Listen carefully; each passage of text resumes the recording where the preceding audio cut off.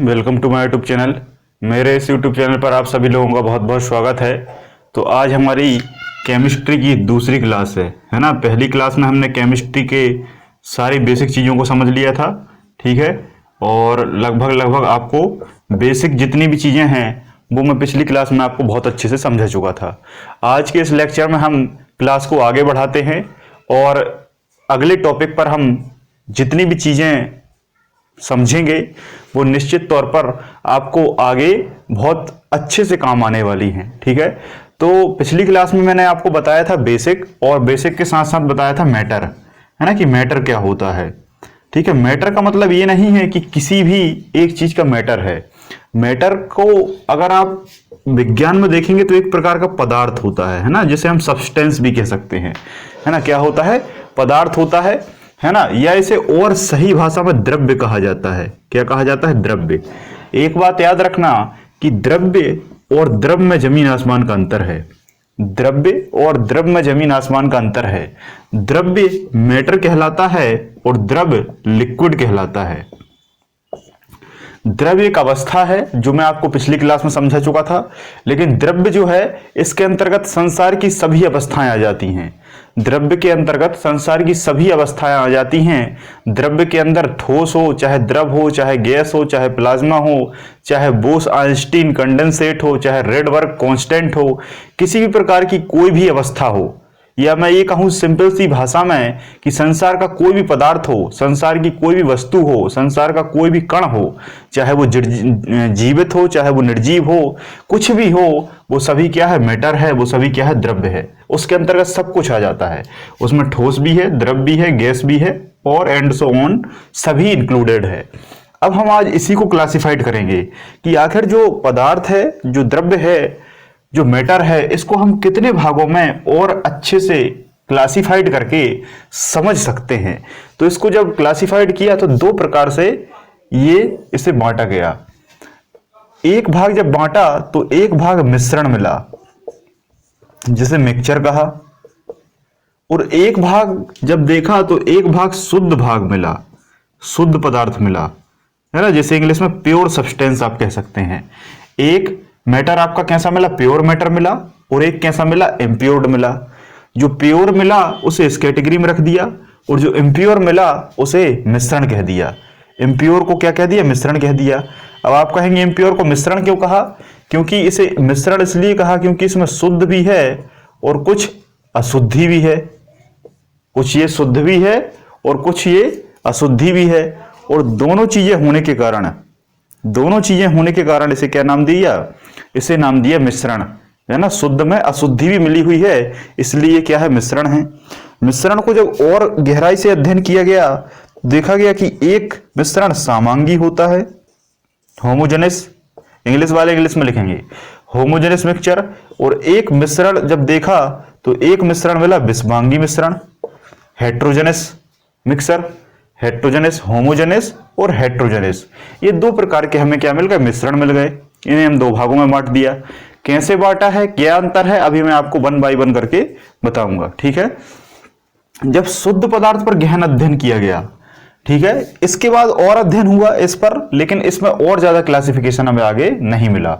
लेकिन शुद्ध पदार्थ पर जब अध्ययन हुआ तो इसमें दो चीजें मिली। एक मिला तत्व, जिसे इंग्लिश में एलिमेंट कहा गया, और इसी के लिए बहुत सारे वैज्ञानिकों ने आवर्त सारणी बनाई। क्या बनाई? आवर्त सारणी बनाई, जिसे हम पीरियोडिक टेबल कहते हैं। पीरियोडिक टेबल का अगला वीडियो आएगा, अगला नहीं उसके बाद अगला आएगा। उसमें पीरियोडिक टेबल जो भी है, जितने भी संसार के तत्व हैं, अभी तक आपने 2, 4, 5, 10, 15, 20 तत्वों के बारे में सुना होगा, लेकिन मैं आपको ऑल एलिमेंटों को एक सिस्टम के आधार पर और एक बहुत ही अच्छी ट्रिक के माध्यम से आपको पढ़ाऊंगा, और सारे जितने भी तत्व हैं वो आपको एक बार में याद हो जाएंगे। बहुत ही सिंपल सी ट्रिक है, एक बार आप उस ट्रिक को पढ़ेंगे वैसे ही आपको याद हो जाएगी, और आप उसमें जब पुट करेंगे तो सारे तत्व आपको एक बार में याद हो जाएंगे, ठीक है। कोई किसी भी प्रकार की कोई दिक्कत नहीं आने वाली। तो एक भाग शुद्ध मिला हमको तत्व, और एक भाग हमको क्या मिला? एक भाग हमको तत्व मिला, और दूसरा भाग मिला हमको यौगिक मिला। क्या मिला? यौगिक मिला। इस यौगिक को इंग्लिश में कंपाउंड कहा जाता है, क्या कहा जाता है? कंपाउंड कहा जाता है। अब आप कहेंगे कि मिश्रण और यौगिक हमें एक सा लगता है। मिश्रण और यौगिक कुछ बच्चे क्या है एक समझते हैं, लेकिन ये एक नहीं है। मिश्रण क्या है? ये विभिन्न चीजों का मिश्रण हो सकता है। इसमें कोई भी चीज फिक्स नहीं होती, शुद्ध चीज भी ज्यादा हो सकती है, अशुद्ध चीज भी ज्यादा हो सकती है। मतलब इनका जो भी इसका रेशियो है, जो इनका रेशियो है वो एक्स वाई रेशियो कुछ भी हो सकता है, कुछ भी हो सकता है। थोड़े से लोहे में बहुत सारी अशुद्धियां, बहुत सारे गैंग, बहुत सारी मिट्टी, पत्थर, कंकड़, कुछ भी हो सकता है। ठीक है, फिक्स नहीं होता, तो वो क्या है? मिश्रण है। लेकिन जब किसी भी दो चीजों की एक निश्चित मात्रा एक निश्चित अनुपात में होती है, एक निश्चित मात्रा एक निश्चित अनुपात में होती है, तो वो यौगिक कहलाता है। वो क्या कहलाता है? यौगिक कहलाता है। अभी मैं आगे आपको एग्जाम्पल के आधार पर इन चीजों को समझाऊंगा। ठीक है, ये दो भागों में क्या मिल गया? हमको शुद्ध पदार्थ मिल गया, क्योंकि यौगिक भी देखो क्वेश्चन कैसा आएगा, यौगिक किस प्रकार का तत्व है? शुद्ध है, अशुद्ध है, या इनमें से कोई नहीं, या दोनों? तो यौगिक कैसा है? शुद्ध है। तत्व कैसा है? शुद्ध है। विषमांगी कैसा है? अशुद्ध है। सामांगी क्या है? एक प्रकार का मिश्रण है। तो इन्हीं के अंदर से ऑब्जेक्टिव बनते हैं। जब तत्व को और अंदर क्लासिफाइड किया गया, तत्व को जब और अंदर देखा गया, तो तत्व भी तीन प्रकार का मिला। एक तत्व मिला जिसे धातु कहा, इंग्लिश में जिसको मेटल कहते हैं। एक प्रकार मिला जिसे अधातु कहा, नॉन मेटल कहते हैं। और एक धातु मिला जिसे उपधातु कहा, उपधातु कहा। आपने धातु तो सुना होगा, उपधातु भी धातु तो सुना होगा, अधातु भी सुना होगा, लेकिन अपधातु नहीं सुना होगा। ठीक है, तो ये तीन प्रकार के होते हैं। धातु को मेटल कहते हैं, जितनी भी धातु हैं, जैसे लोहा है, सोना है, ये चांदी है, कठोर जितनी भी चीजें हैं वो धातुएं हैं, जिन्हें मेटल कहते हैं। जो कठोर नहीं है ना, जैसे गैस फॉर्म में है ना, या गैस फॉर्म में है अधिकांश तौर पर, या जिनमें धातुओं के गुण नहीं होते, वो क्या है? अधातु हैं, जिन्हें हम नॉन मेटल कहते हैं। अभी मैं आपके आगे अंतर बताऊंगा। और अंतिम आता है उपधातु, मतलब धातु और अधातु दोनों के गुण दर्शाने वाले एलिमेंट को हम उपधातु कहते हैं, है ना, जिसे इंग्लिश में मेटलॉइड कहते हैं। मेटलॉइड कहते हैं। इन तीनों को हम बहुत अच्छे से समझेंगे पीरियोडिक टेबल में, आवर्त सारणी में, तो आप इसकी टेंशन यहां छोड़ दीजिए। ठीक है, क्योंकि इन सभी को ही समाहित करके सारे तत्वों को क्लासिफाइड किया है, जिनकी संख्या 118 है, लेकिन अब 126 हो चुकी है।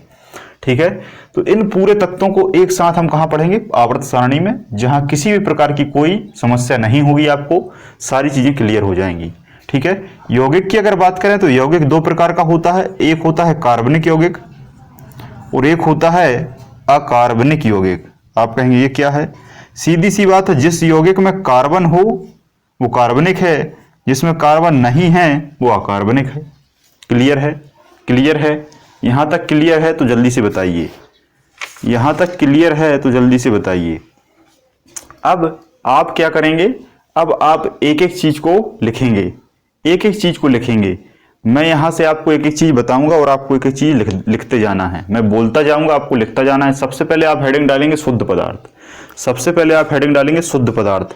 शुद्ध पदार्थ की परिभाषा जो है वो है कि किसी भी द्रव्य में मौजूद सभी कण, किसी भी द्रव्य में मौजूद सभी कण समान रासायनिक प्रकृति के होते हैं, समान रासायनिक प्रकृति के होते हैं, जिनमें किसी प्रकार की कुल मिलाकर अशुद्धि नहीं पाई जाती, है ना। सीधी सी बात है, जिसमें अशुद्धि नहीं है वो शुद्ध पदार्थ है, जिसमें अशुद्धि नहीं है उसमें शुद्ध पदार्थ है। शुद्ध पदार्थ में पहली हेडिंग डालेंगे आप तत्व, पहली हेडिंग डालेंगे तत्व, है ना। तत्व क्या है? वह पदार्थ, वह तत्व है जो पदार्थ का मूल रूप होता है, जिसमें रासायनिक अभिक्रिया के दौरान इसको और छोटे टुकड़ों में नहीं तोड़ा जा सकता, है ना। ये सरलतम रूप होता है। ये क्या है? सबसे सरलतम रूप है। जैसे मैं कहूं कि एक ये लोहे की पट्टी डली है, लोहे की ये पट्टी डली है, तो इसमें कितने एलिमेंट हैं? इसमें लाखों एलिमेंट हैं। जब एक आप लोहे को उठाएंगे तो एक एलिमेंट आपको ऐसा मिलेगा, ये क्या हो जाएगा? लोहे का तत्व हो जाएगा। अभी आगे आपको और अच्छे से समझ में आएगा। ठीक है, फिर आप हेडिंग डालेंगे धातु, धातुएं। धातुओं में सबसे पहले तो गुण होता है, ये कठोर होती हैं, कठोर हैं, चमकीली हैं, चमकीली होती हैं, कठोर होती हैं। देखो सोना जो है वो चमकता है, लेकिन हीरा जो है वो हीरा धातु नहीं है, एक बात याद रखना। ठीक है, जितनी भी कठोर चीजें हैं, एग्जाम्पल की दृष्टि पर लोहा हो गया आपका, जिसे आयरन कहते हैं, एल्युमिनियम हो गया, सोना हो गया, चांदी हो गया, पारा हो गया। ठीक है, ये सब क्या है, धातुएं हैं। ये सब क्या है, सॉरी इसमें पारा नहीं आएगा, है ना। पारा एक्चुअल में क्या है, एक उपधातु है, जिसे धातु भी कहते हैं। तो इनमें सबसे पहला गुण होता है कठोर हैं, चमकीली हैं, है ना, कठोर हैं, चमकीली हैं, और क्या है, आघात वर्धनीयता का गुण होता है, आघात वर्धनीयता, है ना। आघात वर्धनीयता को क्या कहते हैं, डक्टिलिटी। अब कुछ लोग कहेंगे कि आघात वर्धनीयता को कहा जाता है मेलिएबिलिटी। क्या कहा जाता है, मेलिएबिलिटी। आप हिंदी में लिख लो, आघात वर्धनीयता। आघात वर्धनीयता क्या है, आघात वर्धनीयता का सीधा सा मतलब है कि धातु पर जब आप आघात करेंगे, धातु पर जब आप आघात करेंगे मतलब चोट मारेंगे, तो वो वर्धनीय हो जाएगी, मतलब वो फैल जाएगी। ठीक है, तो लोहे को जब आप पीटते हैं, उस पर कुछ मारते हैं, तो वो फैलता है, चादर बन जाता है। तो उसी गुण को आघात वर्धनीयता कहते हैं। एक गुण होता है तन्यता। तन्यता, इसको डक्टिलिटी कहा जाता है। तन्यता का मतलब जिसे हम खींच के तार बना सके, जैसे तांबा, तांबा एक धातु है, लेकिन धातु का तार बना दिया खींच के। एल्युमिनियम धातु है, बड़ी बड़ी प्लेटें होती हैं एल्युमिनियम की, लेकिन उसे खींच के तार बना दिया। तो खींच कर तन्य कर देना तन्यता कहलाता है, डक्टिलिटी कहलाता है। तो इतने सारे गुण जो हैं वो धातु के होते हैं। धातुएं अधिकांश तौर पर सुचालक होती हैं, जिनमें अधिक घनत्व होता है, अधिक चमक होती है ना। चमक भी ज्यादा होती है ना, घनत्व भी ज्यादा होता है, चमक ज्यादा, घनत्व ज्यादा होता है। ठीक है, घनत्व ज्यादा होता है, अधिकांश तौर पर ठोस हैं, पारा को छोड़कर अधिकांश तौर पर ठोस हैं। और इनका गलनांक कैसा होता है, उच्च होता है। और गलनांक मुझे बताने की जरूरत नहीं है, गलनांक मैं आपको पिछली क्लास में बहुत अच्छे से समझा चुका हूं। अधातु की बात करें, हाँ एक चीज और याद रखना, सुचालक होती है ना, विद्युत की क्या होती है, सुचालक। सुचालक ये क्या होंगी, ये कुचालक होंगी, कठोर नहीं होंगी, चमकीली नहीं होंगी, है ना। जो चीजें इनमें हैं वो इसमें नहीं है, सीधा सा मतलब है, जो चीजें इसमें हैं वो उसमें नहीं है। पारदर्शी, अपारदर्शी, अपारभासी, भुरभुरी होती हैं ये, है ना। ये कैसी होती हैं, कठोर नहीं होंगी, ये क्या होंगी, भुरभुरी होंगी। पारदर्शी भी होंगी, कुछ अपारदर्शी भी होंगी। ठीक है, और सबसे इंपॉर्टेंट चीज, ये तीनों अवस्था में पाई जाती हैं, तीनों फेस। ये क्या होती है, तीनों फेस में पाई जाती है, मतलब ये ठोस भी मिलेंगी आपको, द्रव भी मिलेंगी और गैस भी मिलेगी। अधातु तीनों फॉर्म में होती हैं, और आगे मैं आपको समझाऊंगा। और इसमें क्या लिख लेना है कि इन दोनों के गुण जिसमें पाए जाएंगे क्या होंगी, उपधातु होंगी। मुख्य तौर पर डी ब्लॉक के एलिमेंट, डी ब्लॉक के जो तत्व हैं वो सब कैसे हैं, वो सब उपधातु हैं। तो इन तीनों को जल्दी से आप लिख लीजिए। उपधातु में दोनों के गुण पाए जाते हैं। एग्जाम में लिख लो, बोरान, सिलिकॉन, जर्मेनियम।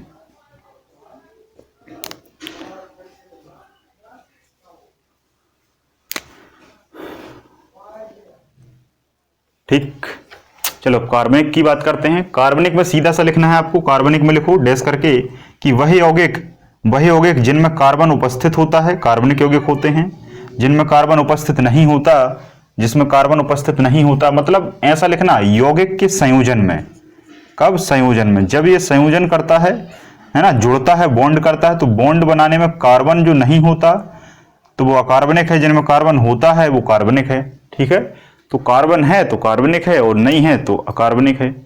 ठीक है, सिंपल सा है बिल्कुल, कोई इसमें ज्यादा आपको दिमाग लगाने की जरूरत नहीं है, बस एग्जाम्पल लिख लो। जैसे कार्बनिक यौगिक की हम बात करें तो कार्बनिक यौगिक क्या हो जाएगा, CH4, इसको मीथेन कहते हैं। इसमें कार्बन दिख रहा है, कार्बनिक है।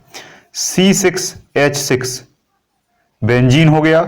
कार्बन 6, हाइड्रोजन 6 जब आपस में मिलेंगे तो बेंजीन हो जाएगा, कार्बनिक है क्योंकि कार्बन है।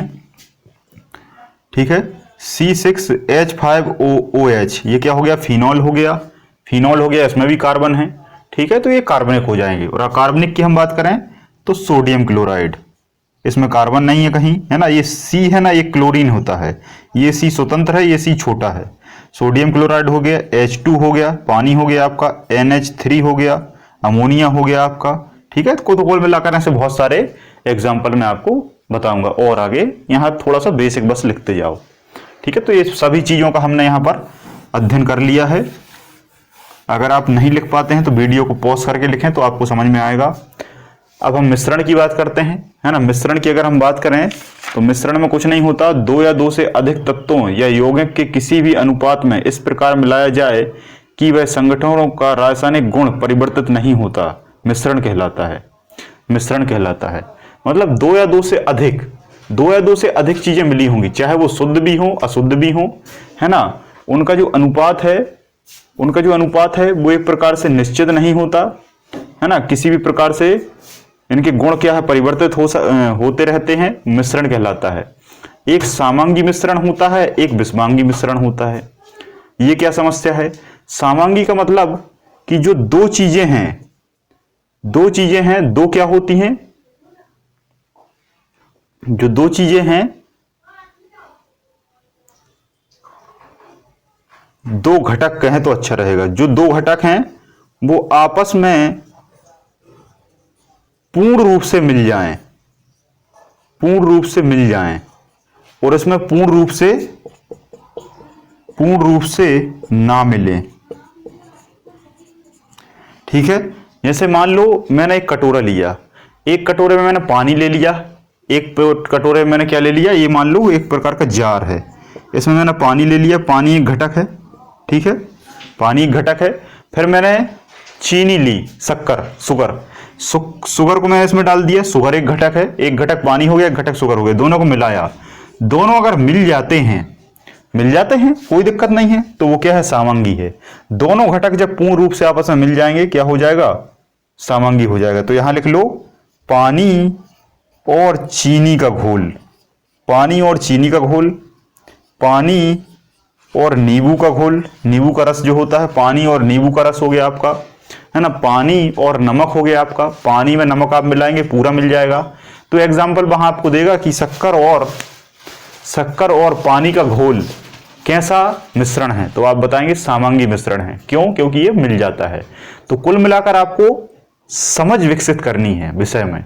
समझ कैसे विकसित होगी? कोई भी एग्जाम्पल आपको देगा, आपको सोचना है कि पानी है यार, पानी में हम शक्कर डालते हैं तो मिल जाती है, मतलब समांगी है। यही वो कह दे कि कुछ लोहे, एक जार में मैंने लोहे के टुकड़े लिए और लोहे के टुकड़ों में मैंने शक्कर डाली और उसको मिलाया, तो लोहे के टुकड़े में शक्कर मिलेगी क्या? कभी नहीं मिल सकती। तो वो क्या हो जाएगा, वो हो जाएगा विषमांगी मिश्रण। क्या हो जाएगा, विषमांगी मिश्रण। या फिर ऐसा कहें नमक प्लस चीनी। एक कटोरे में आप नमक ले लो और चीनी ले लो, दोनों को मिला देना। भले ही आपको समझ में नहीं आएगा क्योंकि दोनों सफेद होते हैं, लेकिन चीनी और नमक कभी मिल नहीं सकता, क्योंकि चीनी का फॉर्मूला अलग है और नमक का फॉर्मूला अलग है। ठीक है, तो जो चीज मिल जाए वो समांगी है, दो घटक जो मिल जाए वो समांगी है, जो ना मिले वो विषमांगी है। ठीक है, यहां तक क्लियर है? यहां तक क्लियर है तो जल्दी से बताइए।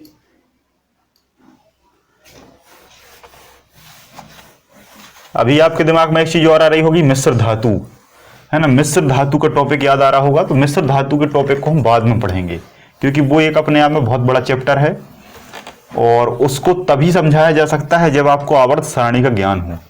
पहले आप कुछ बेसिक समझें जिससे आपको आवर्त सारणी समझने में दिक्कत ना हो। उसके बाद जब आप आवर्त सारणी पढ़ लेंगे फिर आपको इन सारी चीजों को समझ में बहुत अच्छे से आएगा, क्योंकि अभी ये समझना थोड़ा सा उचित नहीं है।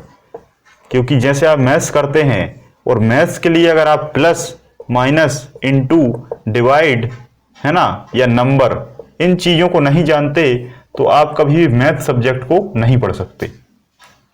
ठीक है, लेकिन मैथ्स हमें इजी क्यों लगता है? क्योंकि हम बचपन से फर्स्ट क्लास से, है ना, फर्स्ट क्लास में ही हमको प्लस माइनस इनटू और डिवाइड सिखा दिया जाता है ना। 1 से लेके 100 तक नंबर सिखा दिए जाते हैं, टेबल सिखा दी जाती है। ठीक है, पढ़ना सिखा दिया जाता है, जोड़ना सिखा दिया जाता है ना। आपको अल्फाबेट सिखा दिए जाते हैं, ABCD, तो इंग्लिश में दिक्कत नहीं जाती। आपको हिंदी सिखा दी जाती है, आ ई उ ए ऐ, तो आप हिंदी भी पढ़ लेते हैं, सारे सब्जेक्ट पढ़ लेते हैं। लेकिन आपको कभी भी तत्व नहीं सिखाए जाते, आपको कभी आवर्त सारणी नहीं सिखाई जाती, आपको कभी भौतिक के नियम नहीं सिखाए जाते। इसी कारण फिजिक्स और केमिस्ट्री सबको कठिन लगती है, लेकिन है कुछ नहीं, बस हलवा है, आपको थोड़ा सा मेहनत करना है। अब हम बात करते हैं विलयन पर। जिसको इंग्लिश में सॉल्यूशन कहते हैं, सॉल्यूशन कहते हैं। विलयन क्या है? विलयन कुछ नहीं है, विलेय प्लस विलायक इक्वल टू विलयन। विलेय प्लस विलायक इक्वल टू क्या होता है? विलयन होता है। ये आप बहुत अच्छे से याद रख सकते हैं और इसी के आधार पर आपकी परिभाषा भी बन जाएगी, क्योंकि आपको वहां मेंस नहीं लिखना है, लेकिन फिर भी आप लिख सकते हैं। आप इस तरीके से अगर आप याद रखेंगे कि विलेय प्लस विलायक इक्वल टू विलयन। विलयन तो सभी जानते हैं सॉल्यूशन, लेकिन विलेय बहुत सारे लोग नहीं जानते। विलेय क्या है और विलायक क्या है? ठीक है, आपने मान लो एक जार में कुछ चीजें मिला दी, कुछ क्या है मिला दी, तो जो चीज मिलाई है वो विलेय है और जिसमें मिलाई है वो विलायक है। बात क्लियर है?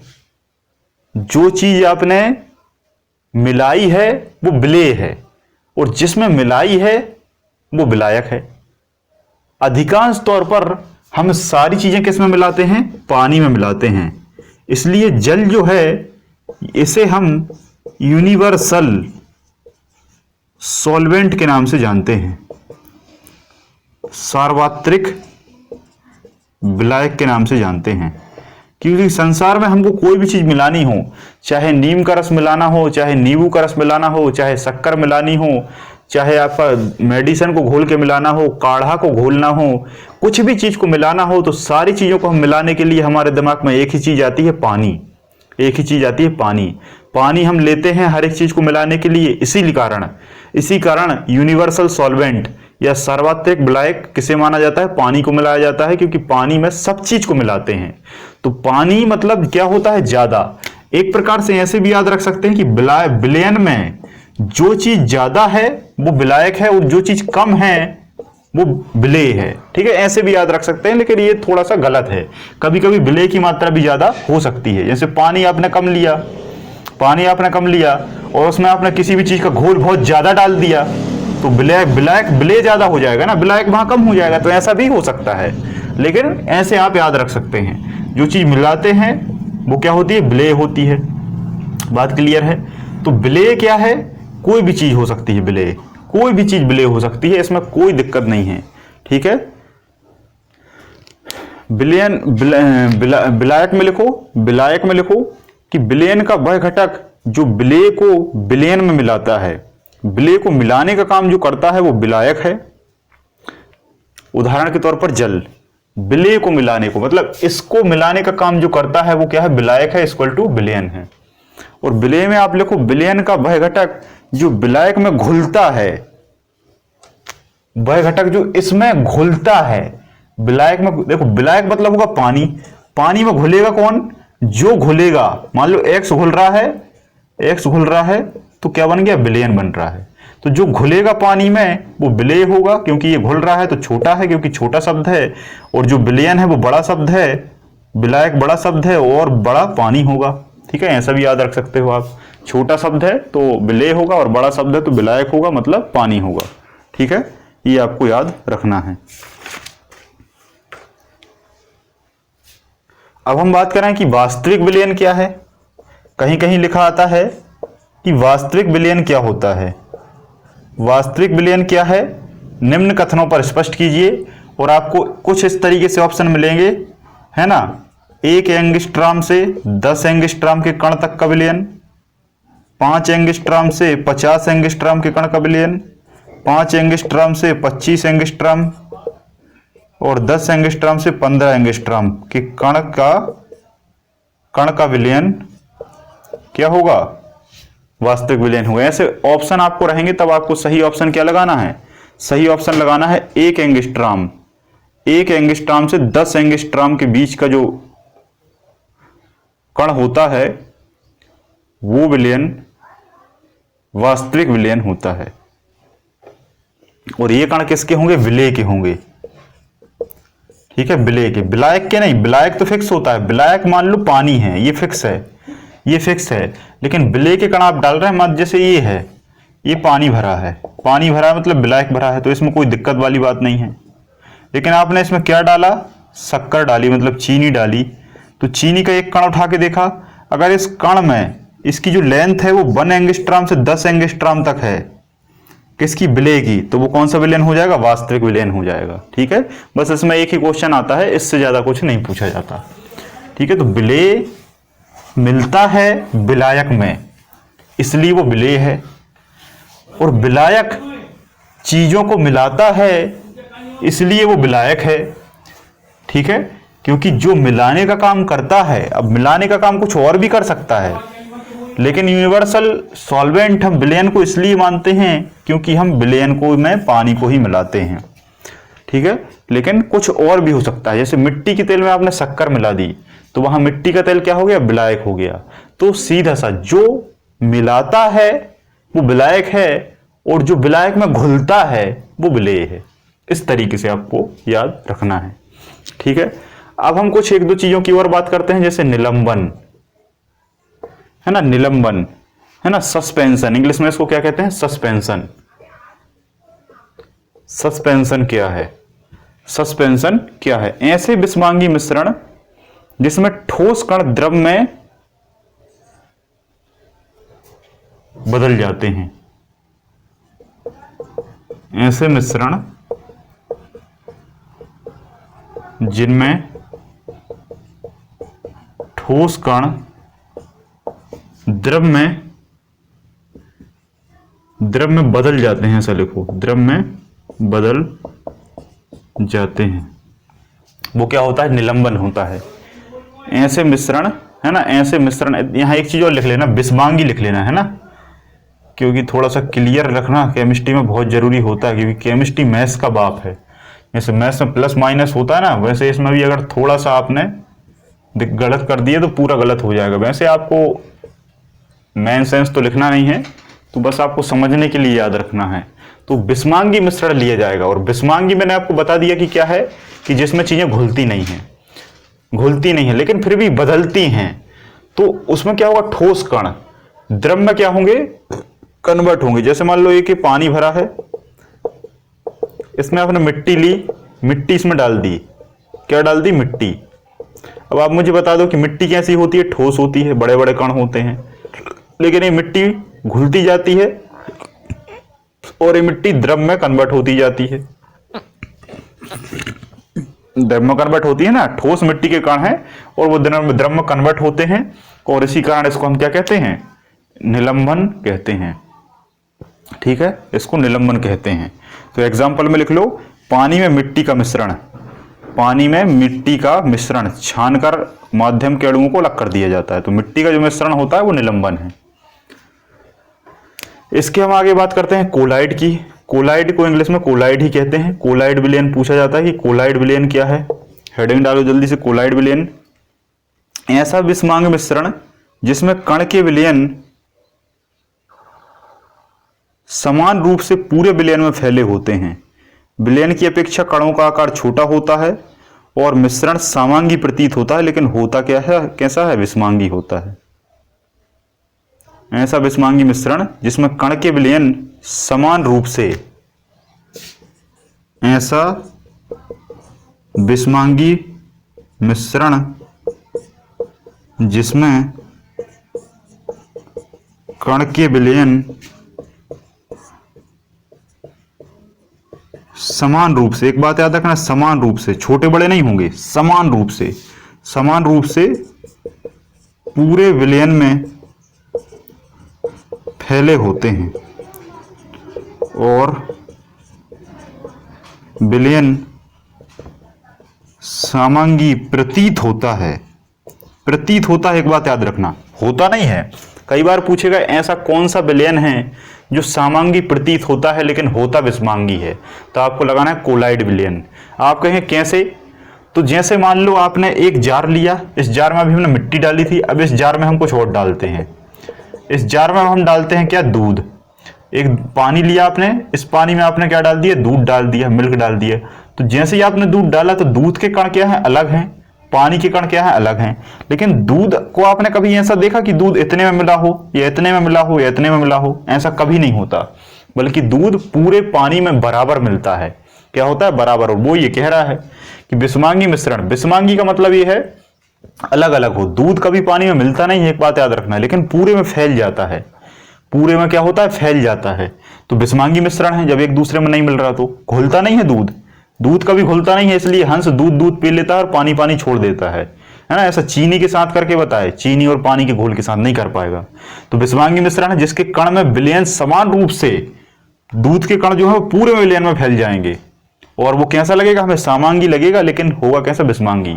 दूध को पानी में मिलाने का उदाहरण जब पूछता है तो इसमें लोग सामांगी लगा देते हैं। क्यों? क्योंकि उन्हें लगता है कि अरे दूध तो पानी में मिल जाता है, लेकिन दूध पानी में मिलता जरूर है लेकिन पूर्ण रूप से कभी नहीं मिलता। इसलिए फिर से दूध को अलग और पानी को अलग किया जा सकता है, लेकिन चीनी जब घुल जाए तो उसको वापस से अलग नहीं किया जा सकता। ठीक है, तो लगने और होना दोनों में अंतर है और वहीं से क्वेश्चन आता है। ठीक है, तो लिख लो एग्जांपल में दूध का कोलाइड विलयन, है ना, एग्जांपल में लिखो दूध का कोलाइड विलयन, है ना, दूध का कोलाइड विलयन। अब आप कहेंगे कि सर हमें समझ में नहीं आया, तो मैं आपको बताता हूं। एक विधि होती है जिसका नाम है अपकेंद्रण। क्या विधि है? अपकेंद्रण। अपकेंद्रण एक ऐसी विधि है, सेंट्रीफ्यूगल मेथड। इसमें अगर कोई व्यक्ति ने पानी में अगर दूध मिला दिया है तो दूध को फिर से अलग किया जा सकता है पानी से। जैसे हंस करता है ना, हंस को आपने देखा होगा, तो वो दूध दूध पी लेता है, पानी पानी छोड़ देता है। ऐसा मैंने तो नहीं देखा, बाकी लोग कहते हैं। तो ये क्या है? अपकेंद्रण। उसके मुंह में अपकेंद्रण की विधि होती होगी। तो अपकेंद्रण में क्या है, दूध को अलग फिर से कर लिया जाता है। ठीक है, अपकेंद्रण से आइसक्रीम वगैरह बनती है, आइसक्रीम को मिला देते हैं लेकिन फिर उसमें आइसक्रीम निकल जाती है और पानी पानी नीचे रह जाता है। ठीक है, तो वही अपकेंद्रण विधि से इसको अलग किया जाता है।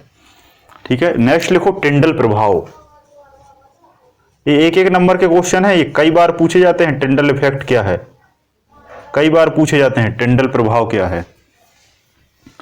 जब प्रकाश किरण किसी कोलाइड विलयन से गुजरती है ना। अब यही प्रकाश किरण को हमने इस विलयन से गुजार दिया, प्रकाश किरण को कोलाइड विलयन से क्या कर दिया, गुजार दिया। विलयन से गुजारने पर, कोलाइड विलयन से जब इस किरण को गुजारा तो क्या हुआ, कोलाइड विलयन से इसको गुजारने पर कणों द्वारा प्रकाश का प्रकीर्णन होता है। इसमें जो कण है, इसमें जो क्या है, कण है, जैसे इसमें दूध के कण हैं, तो इसमें उपस्थित कणों द्वारा, इसमें उपस्थित कणों द्वारा प्रकाश का प्रकीर्णन होता है। प्रकीर्णन होता है, प्रकीर्णन का मतलब होता है स्कैटरिंग ऑफ लाइट। लाइट का क्या होता है, स्कैटरिंग। इसे और अच्छे से समझाऊं, जैसे एक प्रकाश की किरण यहां आ रही थी और जैसे यहां पर इसे कोलाइड विलयन मिला और प्रकाश किरण 1 2 3 4 5 6 7 कलरों में बट गई, तो प्रकाश की किरण का 7 भागों में फैलाव या बिखराव प्रकीर्णन है। फैलना ही प्रकीर्णन कहलाता है। प्रिज्म देखा, प्रिज्म पर एक किरण आएगी तो ये 7 भागों में ऐसी अलग अलग बढ़ जाएगी। बैजानी, हापी, नाला। ठीक है, बैगनी, जामनी, हरा, नीला, पीला, ऐसा कुछ आपने सुना होगा। तो बैजानी, हापी, नाला में जानते हो ना, बैगनी, जामनी, हरा, पीला, नारंगी और लाल। तो वही क्या है, प्रकाश का प्रकीर्णन है। तो टिंडल प्रभाव कब, जब इस कोलाइड विलयन से प्रकाश गुजार दोगे, टिंडल प्रभाव मिल जाएगा। ठीक है, उदाहरण के तौर पर घने जंगलों से प्रकाश किरण गुजरना। एग्जाम्पल में लिख लो, घने जंगल से प्रकाश किरण गुजरना, और दूसरा घर के अंदर प्रकाश किरण जाना। घर के अंदर प्रकाश किरण जाना एक कमरे में एक छिद्र के माध्यम से। ठीक है, चलो अब इसको आपको थोड़ा सा क्या है, रिवाइज करना है, और रिवाइज करने के बाद थोड़ा सा सोचना है, क्योंकि केमिस्ट्री और फिजिक्स ऐसे सब्जेक्ट हैं, इनको सोचना पड़ता है। जब तक आप सोचेंगे नहीं, आप इसको रट के कभी सॉल्व नहीं कर सकते।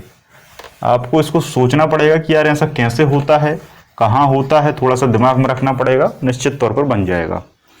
अब कुछ मैं यहाँ पर विशेष अवस्था लिखता हूँ, है ना, जैसे कल हमने लिखी थी, तो उन्हीं अवस्थाओं से कई बार क्वेश्चन आते हैं। जैसे एरोसोल, एरोसोल क्या है, कई बार पूछा जाता है।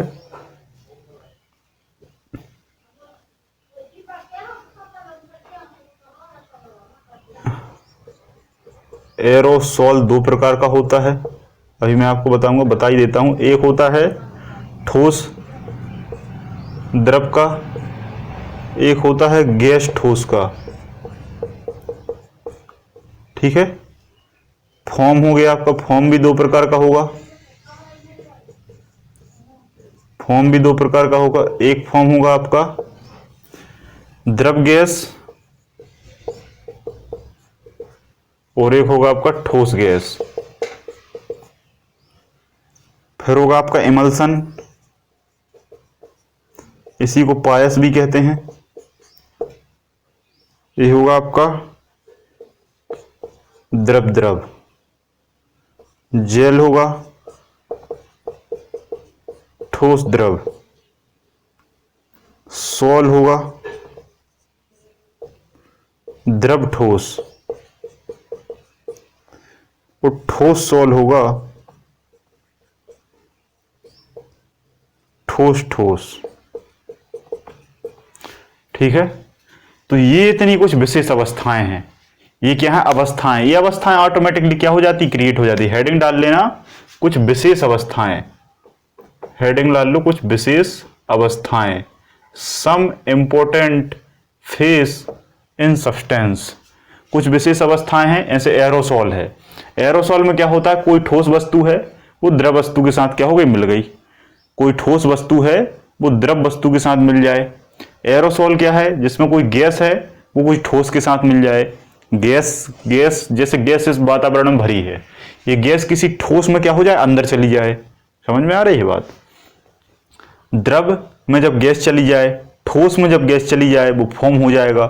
द्रव द्रव मिल जाएगा, इमल्सन हो जाएगा। जैसे दूध मिलता है, दूध और पानी द्रव द्रव है ना? जैसे मिट्टी का तेल और पानी है, दोनों को मिला दें, क्या हो जाएगा? इमल्सन हो जाएगा। जेल ठोस द्रव। ठोस में जब द्रव के कण मिल जाए तो वो जेल बन जाता है, जो आप लगाते हैं बालों में, है ना? द्रव और ठोस जब मिलता है तो वो सॉल कहलाता है, और ठोस ठोस मिलता है तो वो ठोस सॉल कहलाता है। ठीक है, तो ये कुछ एग्जाम्पल आपको याद रखने हैं। सॉरी, एग्जाम्पल नहीं है, एग्जाम्पल अब यहां आपको लिखना है। यहां एग्जाम्पल में लिखूंगा कि एरोसॉल के एग्जाम्पल क्या है, इसका एग्जाम्पल, सारे के एग्जाम्पल आपको याद रखना है, क्योंकि एग्जाम्पल भी एग्जाम में पूछ सकता है। कोहरा, बादल, कुहासा। कोहरा,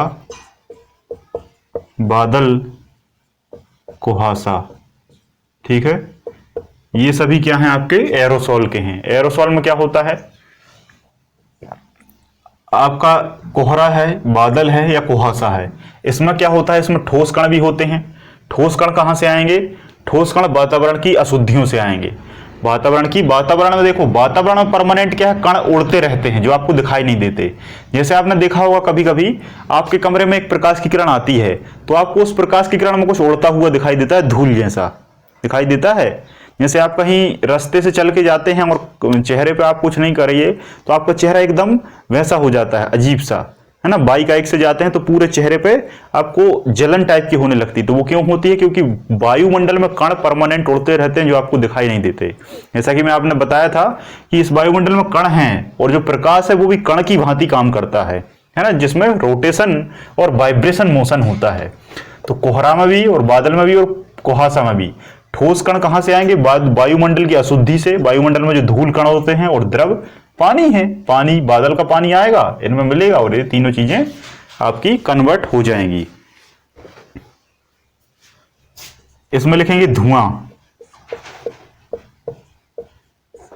वाहनों का धुआं और अन्य धुआं। कोई सा भी धुआं हो वो क्या होता है? एरोसॉल होता है। लेकिन वो कैसा एरोसॉल है? वो गैस ठोस का एरोसॉल है। गैस ठोस का एरोसॉल है। ठीक है, गैस के कण जो हैं, गैस के कण, क्योंकि धुआं गैस के फॉर्म में निकलता है, और जैसे गैस के फॉर्म में धुआं निकलता है और उसमें ठोस कण इंक्लूड हो जाते हैं, उसमें ठोस कण इंक्लूड हो जाते हैं, और वो आपको बहुत ज्यादा अजीब सा दिखने लगता है। ठोस कण वायुमंडल से मिलते हैं और गैस वो स्वयं होता है। ठीक है, तो वो क्या हो गया? वो भी एरोसॉल हो गया। फोम क्या हो गया? फोम आपका द्रव गैस हो गया। द्रव गैस में क्या मिलता है? शेविंग क्रीम, बीजॉन शेविंग क्रीम, नाम सुना है? बीजॉन शेविंग क्रीम। तो शेविंग क्रीम जितनी भी हैं, उन क्रीमों में क्या होता है? द्रव तो होता ही है। द्रव होता है तभी तो आप उसको लगा पाते हैं, लेकिन उसमें गैस भी होती है। उसमें क्या होती है? गैस भी होती है, द्रव और गैस। इसका एक और एग्जाम्पल है आपका कोका कोला, कोका कोला। वैसे ये मिलती तो नहीं है, लेकिन आप एक एग्जाम में हो सकता है पूछ ले। द्रव तो वो खुद है, लेकिन गैस उसमें कार्बन डाइऑक्साइड भरी होती है। कोका कोला का मतलब कोई भी कोल्ड ड्रिंक हो सकता है ना, कोई भी कोल्ड ड्रिंक हो सकता है। दूसरे फॉर्म की हम बात करें ठोस गैस में, रबर, स्पंज और प्यूमिक। रबर लिख लो, स्पंज लिख लो और प्यूमिक।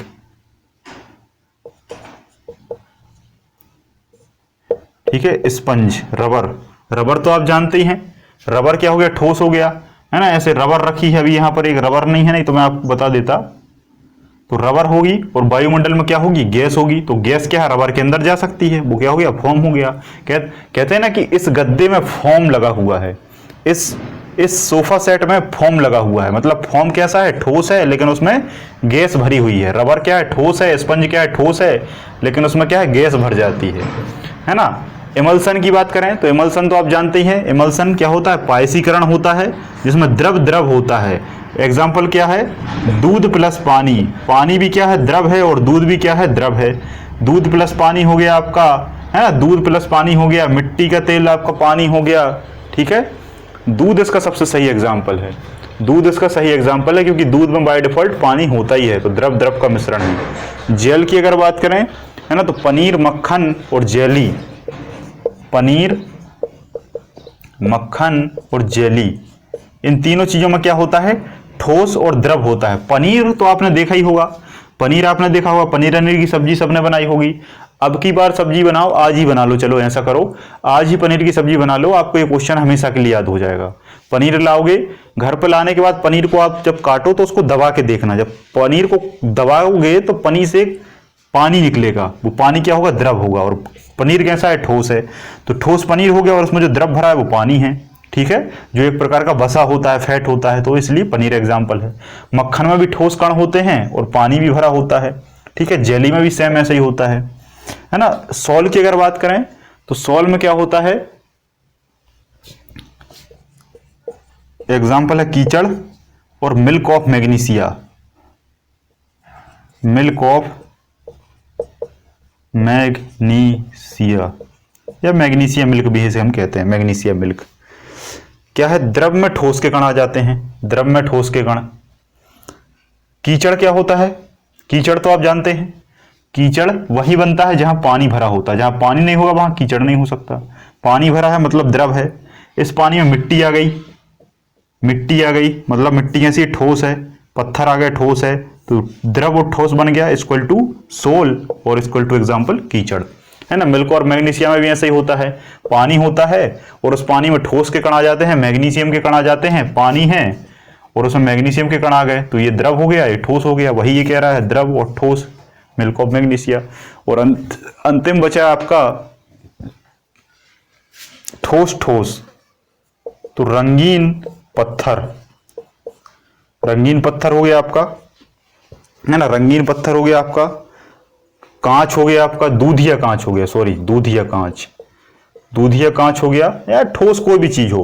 तो इसमें रंगीन पत्थर, पत्थर भी ठोस है और जो रंगीन दिख रहा है वो भी ठोस है।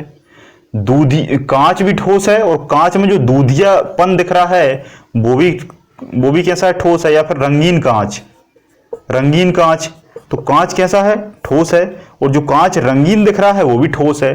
रंगीन, देखो समझो, कांच तो आप जानते हैं कांच ठोस होता है, नो डाउट, लेकिन कांच रंगीन क्यों दिख रहा है, क्योंकि उसमें कुछ मिलाया है, और कांच के अंदर जो हमने मिलाया है वो रंगीन दिखता है, और वो कैसा होता है, ठोस। क्लियर है। तो आज के बाद आपको ये बहुत बात पहली बार पता चली होगी कि रंगीन कांच क्या कहलाता है, तो ठोस एरोसोल, ठोस सोल कहलाता है। क्या कहलाता है, ठोस सोल कहलाता है। जल्दी से इसको नोट करें, नोट इट डाउन, फटाफट इसको लिख लें जल्दी से, फिर इस लेक्चर को हम यहां पर समाप्त करते हैं।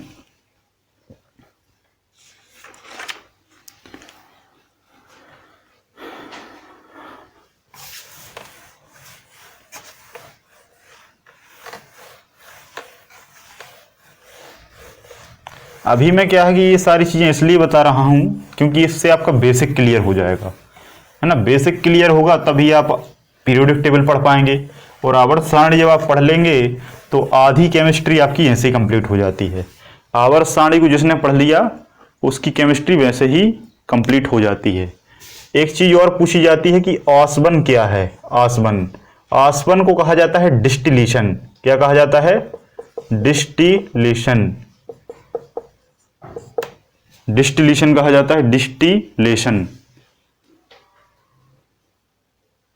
डिस्टी डबल एल है ना, double L A T I O N, distillation. आसवन क्या होता है? आसवन में क्या है कि आसवन में हम किसी भी चीज का क्या करते हैं? प्यूरिफिकेशन करते हैं। प्यूरिफिकेशन, प्यूरिफिकेशन का मतलब क्या है? शुद्धिकरण। शुद्धिकरण की क्या है? शुद्धिकरण की क्या है? विधि है। विधि क्या है? जब शुद्धिकरण करेंगे तो उसमें क्या होंगे? दो घटक होंगे, दो कंपोनेंट होंगे, है ना। एक कंपोनेंट कैसा होगा? शुद्ध कंपोनेंट होगा, और एक कंपोनेंट कैसा होगा? अशुद्ध कंपोनेंट होगा। तो इसकी विधि यही कहती है कि शुद्ध कंपोनेंट का ताप और अशुद्ध कंपोनेंट का ताप, इसके बीच जो अंतर है, ये अंतर कैसा होता है? ये अंतर ज्यादा होता है। ये अंतर क्या होता है? ज्यादा होता है। किन्हीं भी दो घटकों के मध्य, जो दो घटक हैं उनके मध्य जो ताप है उनका अंतर सबसे ज्यादा होता है, और इसी कारण दोनों चीजों के ताप का अंतर होने के कारण दोनों चीजें अलग अलग हो जाती हैं। दोनों चीजें अलग अलग हो जाती हैं। कुछ समान ताप पर ये दोनों चीजें विघटित नहीं होती, लेकिन जब इनको और गर्म किया जाता है, और गर्म किया जाता है, गर्म किया जाता है लगातार, क्योंकि इसका ताप अलग है, इसका ताप अलग है, तो ये चीज अलग चली जाएगी, ये चीज अलग चली जाएगी, और दोनों चीजें अलग अलग हो जाएंगी, और उनका शुद्धिकरण रूप आपको प्राप्त हो जाएगा। यही आसवन कहलाता है। इस आसवन का उपयोग बहुत सारी चीजों में किया जाता है। जैसे आपका पेट्रोलियम हो गया, है ना। पेट्रोलियम जो होता है वो समुद्र से निकाला जाता है, और उससे फिर हम पेट्रोलियम से डीजल भी अलग कर लेते हैं, है ना। पेट्रोल अलग कर लेते हैं, केरोसिन अलग कर लेते हैं, एलपीजी अलग कर लेते हैं, सभी चीजें अलग कर लेते हैं। उस विधि का नाम क्या है? आसवन, है ना। इसमें कुछ विशेष प्रक्रिया करते हैं, इसलिए इसको भाप आसवन कहा जाता है, क्योंकि इसमें आसवन जो है वो भाप से कराया जाता है। किससे कराया जाता है? भाप से। भाप क्या है? स्टीम है, एक प्रकार का वेपर है, और वेपर किससे बनेगी? पानी से बनेगी, है ना। तो इसमें पानी भी मिला रहता है, क्योंकि ये द्रव अवस्था है। पेट्रोलियम क्या है? द्रव अवस्था है। सीधी सी बात है, जब ये ठोस में होगा तो आसवन कहलाएगा, जब ये द्रव में होगा तो भाप आसवन कहलाएगा। क्योंकि द्रव वाली चीज को जब आप ताप दोगे तो द्रव वाली चीज क्या बनेगी? भाप बनेगी, और जब भाप बन जाएगी तो उसे हम क्या कहेंगे? भाप आसवन कहेंगे। क्लियर है? वेपर डिस्टिलेशन कहेंगे, है ना। तो इसी कारण इस चीज को फिल्टर कर लिया जाता है। तो एग्जांपल में लिख लो पेट्रोलियम। क्या लिख लो? पेट्रोलियम। पेट्रोलियम का प्यूरिफिकेशन लिख लो। समुद्री जल का शोधन लिख लो। समुद्री जल का शोधन लिख लो। वायु में विभिन्न गैसों का पृथक्करण लिख लो। वायु में विभिन्न गैसों का पृथक्करण लिख लो। एल्कोहल व जल का मिश्रण, एसीटोन व जल का मिश्रण। एसीटोन और जल का मिश्रण है, उसको भी अलग किया जाता है। एसीटोन जल का मिश्रण। एल्कोहल, है ना। एल्कोहल तो आप जानते ही हैं। एल्कोहल जो लोग पीते हैं वो पानी मिला के पीते हैं, उनसे कहना कि अब पानी और एल्कोहल को अलग करके बताओ। वो कहेंगे कैसे? तो कहना मैं बताता हूं। तो वो उनसे कहना कि आसवन करा लो, आपका एल्कोहल से पानी अलग हो जाएगा, अगर आपको प्योर एल्कोहल चाहिए तो। ठीक, ये थी कुछ छोटी लेकिन मोटी बातें। ये आपको जानना बेहद जरूरी था, क्योंकि इनसे एक चीज और, परासरण दाब, परासरण विधि भी होती है, परासरण दाब भी होता है, और परासरण मेथड भी होती है। ठीक है। और एक होता है विसरण। परासरण और विसरण, ये विधि ऐसी है कि इन विधि में जो दबाव लगता है वो परासरण दाब कहलाता है। इसमें एक झिल्ली होती है, आपको बस एक चीज याद रखना है, अणुओं का कम सांद्रता से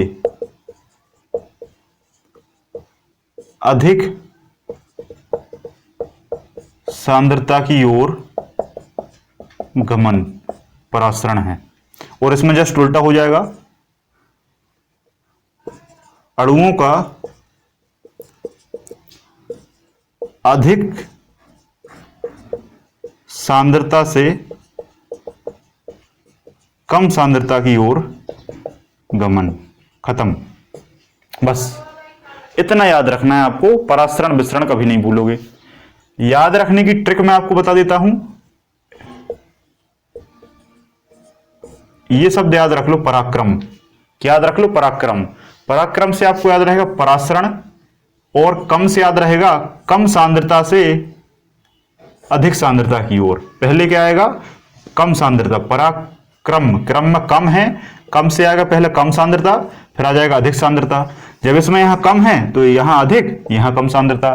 कैसी सांद्रता? कंसंट्रेशन। सांद्रता अगर समझें तो किसी भी चीज में किसी भी चीज की मौजूदगी होना सांद्रता है। जैसे मैं कहूं कि इस कमरे में वायु की कितनी सांद्रता है, तो जितनी वायु भरी है वो उसकी सांद्रता है। इस कमरे को मैं बंद करके और वायु भर दूं, ज्यादा सांद्रता हो जाएगी, और इसको और बिल्कुल बंद करके और इसमें वायु भरता जाऊं तो सांद्रता बढ़ती जाएगी। तो ये सांद्रता है। तो जहां ज्यादा अधिक घनत्व है वहां अधिक सांद्रता है, जहां कम है वहां कम। इसमें एक चीज और नोट करके लिखो, परासरण दाब में अर्धपारगम्य झिल्ली का उपयोग होता है। मतलब ये जो अणु हैं ये कम से ये कहां, यहां कम सांद्रता है, यहां अधिक सांद्रता है, तो कम से अधिक की ओर आएंगे तो किसके माध्यम से आएंगे? इस झिल्ली के नाम से, इस झिल्ली से। और झिल्ली का नाम क्या है? अर्धपारगम्य झिल्ली। इंग्लिश में कहते हैं semi permeable membrane. Semi permeable membrane से कम से अधिक की ओर चले जाते हैं, जबकि इसमें झिल्ली का होना आवश्यक नहीं है। इस विसरण दाब में झिल्ली का होना आवश्यक नहीं होता है। क्लियर है? क्लियर है। इसका एक एग्जांपल लिख लो, इसका एग्जांपल लिख लो, है ना। पानी में किशमिश का फूलना, पानी में किशमिश का फूलना, पानी में किशमिश का फूलना, या पानी में आप कोई भी चीज डालोगे, पानी में आप पपीता डाल दो, केला डाल दो, सेब डाल दो, अंगूर डाल दो, कोई भी चीज पानी में डालोगे तो क्या होगा? क्या होगा? ये पानी में आपने डाल दिया, ये अंगूर डाल दिया, तो ये क्या होगा? ये पानी को एब्जॉर्ब अपने अंदर करेगा और ये फूल जाएगा। ये क्या हो जाएगा? फूल जाएगा। तो यहां क्या था? यहां सांद्रता कम थी, यहां कम सांद्रता थी पानी में, लेकिन इसके अंदर सांद्रता ज्यादा थी क्योंकि इसका घनत्व तो ज्यादा है ना। अधिक की ओर आ गई, किसमें से फूल गई, क्या हो गया? समझ में आ रहा है? पानी में कैसी सांद्रता है? कम है, और पानी ये कम सांद्रता से अधिक सांद्रता की ओर किशमिश के अंदर चला गया, सॉरी अंगूर के अंदर चला गया। अंगूर में घनत्व तो ज्यादा है, अधिक सांद्रता है, ये फूल गया, क्या हो गया? परासरण। तो कोई भी चीज आप पानी में डालोगे और वो फूल जाती है, that is osmotic pressure. English में इसको कहते हैं ऑस्मोटिक मेथड या ऑस्मोसिस प्रेशर, ठीक है। और इसको कहते हैं डिफ्यूजन प्रेशर या डिफ्यूजन मेथड, ठीक है। तो ये चीज आपको याद है। हाँ, इसमें एग्जांपल लिख लो आप, अगरबत्ती का जलना। अगरबत्ती आप जलाते हो तो अगरबत्ती का जो धुआं है वो अधिक सांद्रता, अगरबत्ती में अधिक सांद्रता होगी, लेकिन जब ये वायु में इसका धुआं जाएगा, वायु में इसके अणु जाएंगे, तो यहां वायु में कम सांद्रता है, कम सांद्रता की ओर गमन हो जाएगा, ठीक है। तो अगरबत्ती का जलना, ऐसा आप लिख लो। एक चीज और लिखो जल्दी से, क्रोमेटोग्राफी। क्रोमेटोग्राफी ये क्या है? क्रोमेटोग्राफी इंग्लिश में तो क्रोमेटोग्राफी कहते हैं, इंग्लिश हिंदी में भी ऐसे ही लिखा आता है, लेकिन कभी कभी लिखा सकता है वर्ण लेखन। ये शब्द बहुत खतरनाक है, वर्ण लेखन, है ना। व्यापक में ही लिख के दे देता है तो अच्छों को समझ में नहीं आता कि वर्ण लेखन क्या है। परिभाषा लिखो, इस विधि का प्रयोग करके उन विलेय पदार्थों को पृथक किया जाता है जो एक ही प्रकार के विलायक में घुले होते हैं। एक ही प्रकार के विलायक में घुले पदार्थों को अलग करना। एक ही प्रकार के विलायक में घुले पदार्थों को अलग करना क्रोमेटोग्राफी कहलाता है। एक ही प्रकार के विलायक में घुले हुए पदार्थों को अलग करना या पृथक करने की जो विधि है वो क्रोमेटोग्राफी कहलाती है। क्रोमेटोग्राफी, इसमें सामान्यतः क्या किया जाता है? एक जार होता है, इस जार में एक सॉल्वेंट भरा होता है ना, ये सॉल्वेंट भरा होता है। अधिकांश तौर पर ये सॉल्वेंट कार्बन टेट्राक्लोराइड, नहीं, कार्बन टेट्राक्लोराइड नहीं, एसीटोन भी ले सकते हैं, एसीटोन होता है। ये फिर डिपेंड करता है कि किस चीज को सेपरेट करना है। हाँ, एक चीज और, सेपरेशन, यहां लिख लो सेपरेशन। सेपरेशन के लिए कौन सी उपयोग, सीधा क्वेश्चन आता है 1 नंबर में कि सेपरेशन के लिए, पृथक्करण के लिए कौन सी मेथड उपयोग की जाती है, तो आप लगाएंगे क्रोमेटोग्राफी। पृथक्करण के लिए, सेपरेशन के लिए, या फिर आपसे कहे कि स्पॉट के लिए, है ना, जैसे किसी भी कलर का स्पॉट लेना है ना, किसी भी विलायक के जो पदार्थ हैं उनका स्पॉट लेना है कि इसमें कौन सा विलायक है, क्या उसका रंग है ना, रंग का पूछे, स्पॉट का पूछे, सेपरेशन का पूछे, तो इसका आपको क्रोमेटोग्राफी लगाना है। होता क्या है, एक जार लेते हैं, इस जार में एक विलयन भर देते हैं, इस विलयन में अलग अलग प्रकार का विलयन होता है, एसीटोन भी होता है, कई बार कोई और भी सॉल्यूशन ले लिया जाता है, फिर एक फिल्टर पेपर होता है, इस फिल्टर पेपर का नाम होता है बॉटमेंट फिल्टर पेपर, है ना, बॉटमेंट फिल्टर पेपर 0.1 ये क्या होता है, बॉटमेंट फिल्टर पेपर। कई बार पूछा जाता है कि क्रोमेटोग्राफी में कौन सा फिल्टर पेपर उपयोग किया जाता है, तो बॉटमेंट फिल्टर पेपर। बॉटमेंट फिल्टर पेपर को हम क्या करते हैं, इसको हम अपने विलायक में डुबाते हैं, इसको हम अपने विलायक में डुबाते हैं। मान लो ये विलायक भरा है, इस विलायक में हमें देखना है कि कौन कौन से इसमें घटक हैं, इसमें कौन कौन से पदार्थ हैं। तो इनमें हमने इस विलायक को इतना डुबो दिया, डिप कर दिया, इतना डिप कर दिया, इसमें डुबाया, डुबाने के बाद इसको डुबाने के बाद इस पेपर को इस विलयन में डुबा दिया। इस विलयन में जब डुबा देते हैं, जैसे यहाँ पर हम यहाँ इसको रखते हैं, तो इसमें ये जो विलायक है ये ऐसा चढ़ता जाता है ऊपर की ओर गमन करने लगता है ना। केशिकत्व तो आपने सुना होगा, कैपिलरिटी, तो केशिकत्व के गुण से ये ऊपर की ओर चढ़ने लगता है, और फिर हम यहाँ स्पॉट लगा लेते हैं। क्या लगा लेते हैं, स्पॉट लगा लेते हैं। तो इतना डीपली प्रोसेस नहीं पूछेगा, बस याद रखें कि सेपरेशन के लिए क्रोमेटोग्राफी का उपयोग किया जाता है, और क्रोमेटोग्राफी में बॉटमेंट फिल्टर पेपर 0.1 का बॉटमेंट फिल्टर पेपर आता है, उसका उपयोग किया जाता है। ठीक है, तो जिससे एक ही प्रकार के जो विलायक हैं उनमें घुले पदार्थों को पृथक कर लिया जाता है। एक ही प्रकार के विलायक होना चाहिए, एक बात याद रखना, एक ही प्रकार के विलायक, मतलब विलायक सेम हो और उस विलायक में एक पदार्थ है, एक पदार्थ है, दो अलग अलग हैं, इनको क्या किया जाए, सेपरेट किया जाए, फिल्टर किया जाए, दोनों को अलग अलग करना। यह विधि वर्ण लेखन या क्रोमेटोग्राफी कहलाती है। तो आज के इस लेक्चर में छोटी लेकिन मोटी बातें हमने की। अगले लेक्चर से आपकी वास्तविक केमिस्ट्री शुरू होगी।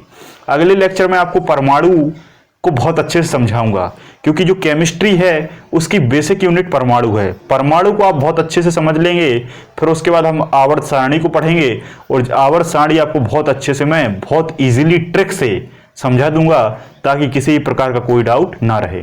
ठीक है, तो आज की इस क्लास के लिए आप सभी लोगों का बहुत बहुत धन्यवाद। जय हिंद, जय भारत।